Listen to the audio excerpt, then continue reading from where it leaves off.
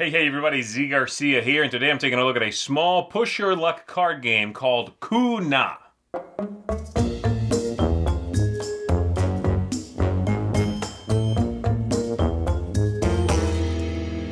In this game, each player is going to be building a pyramid in front of them, and you want to make sure that you are managing the cards that make up that pyramid because you are going to get points for every exposed stone at the end of the game, and those are bad. You don't want points. So you have to manage your currency, your jade tokens, in order to not have to take some of those stones until the right time comes up. Let's go ahead and take a look at how this works. We're going to come on back after that. I'll tell you what I think of it. To set up the game, we are going to give each player 8 of these jade tokens, which they can hold in their hand if they'd like to keep them secret. You are going to prepare the deck of cards, removing a number of them randomly, depending on the number of players. So say for 3 players, I have randomly removed 19 of these cards, and then we will reveal 2 of them and we are ready to begin. The players are going to be collecting these cards, building them into a pyramid in front of them, and at the end of the game, scoring points. The points are going to be, for every card in front of them, the number. If it does not have something that is sitting on top of it, covering that card in some way, and then from that total, they are going to subtract the number of jade tokens they have. That's going to be their score, and yes, you are trying to get the lowest score possible. So on your turn, let's say I am the start player over here. On my turn, I have one of 2 choices. I can either take one of these cards, build it in front of me, and I'll go back over the building rules in a little bit, or I can take one of my jade tokens, put them on a card out here, and it'll be the next player's turn, all right? So let's say this is what I do on my first turn. It comes over to this player over here. This player is going to take the jade token. If it's sitting on a card they're taking, they claim those jade tokens, and they are going to build that card there. Once they're done, we reveal the next one, and then it's the next player's turn who puts a token out here. It comes back to me. I'll put one out there. Goes back over to this player. They are going to put one on it.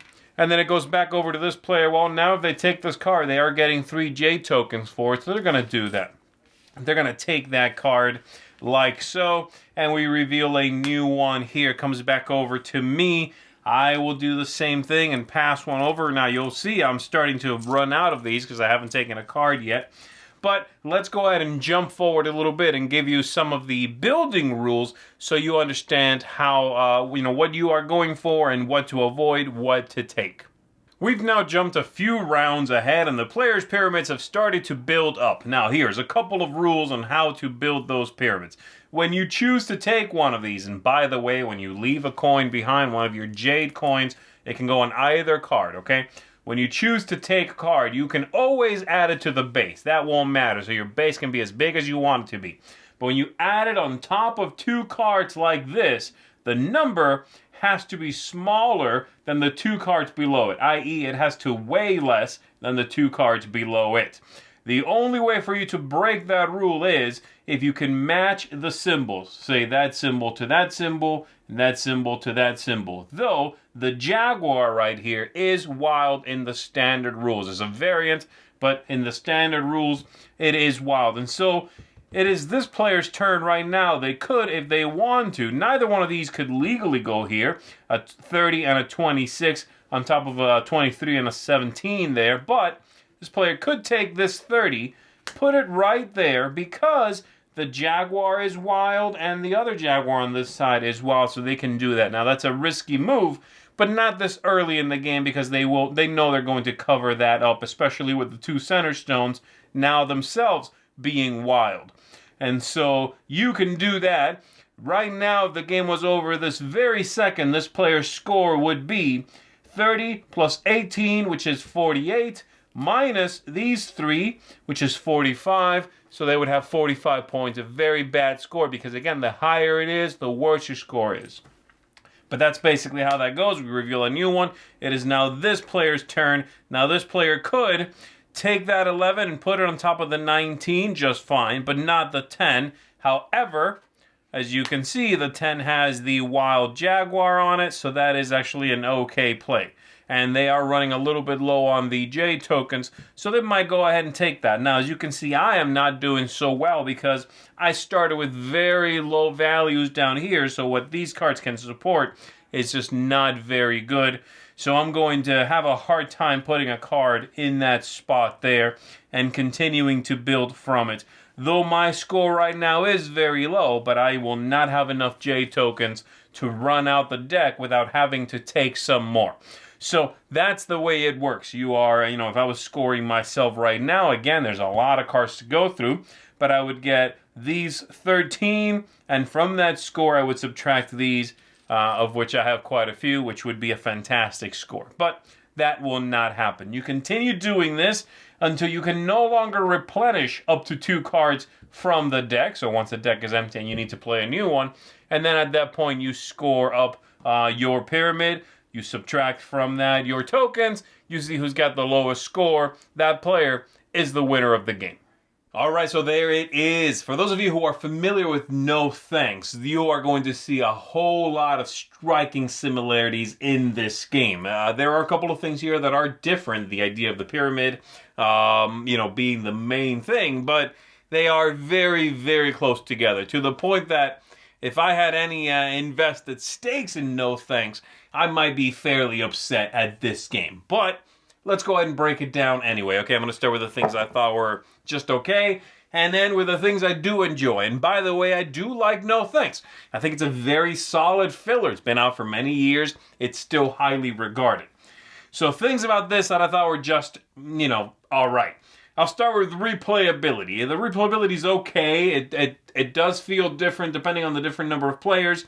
And of course, the originality there in that replayability really won't be there because it is so like No Thanks. If you are someone who owns that game, who's played it for many years, unless something about this design sparks your interest, you can probably write this off, And then the other thing is just the tactics, the luck, things like that. It's got very obvious play.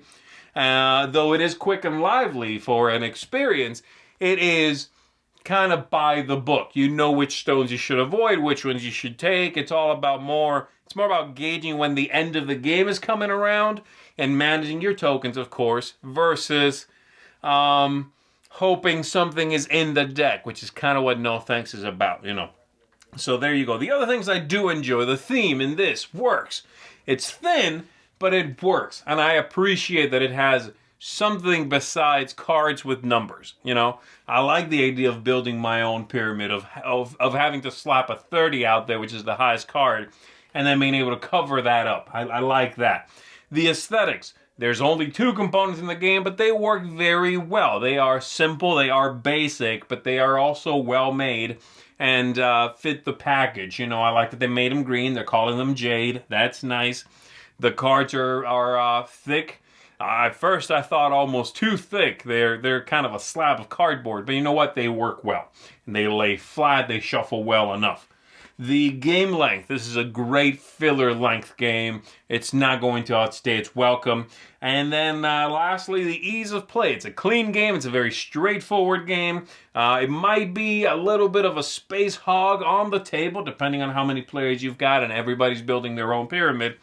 But it is still a punchy experience, and I did enjoy it. Once I got over that initial shock of, oh my goodness, this is so like No Thanks, I ended up really enjoying the game. I think it is a fun idea, certainly not an original game, but one that, as an overall package in a bubble, works well and is engaging. If a little sort of luck-driven, but I did enjoy it. So there you go. I would certainly recommend it to folks that are looking for this kind of filler. If you really like that mechanism, then this is, an interesting package. And it is, from me, going to get a seal of approval. I do recommend it. And at the end of the day, without sort of the legacy of No Thanks playing any part in this, or any of the other games that have come from it, like Last Go is a game that also used that mechanism. In a bubble, both of those games, I think I might prefer this one. It's got a theme. It's got some pretty artwork, and it works, So there you go. Again, seal of approval from me for Kuna. I am Zee Garcia. Thanks for checking this out with me. I'll see you on the next one. Thanks so much for watching the Dice Tower videos. Find more great videos and reviews, as well as our top-rated audio podcast at Dicetower.com.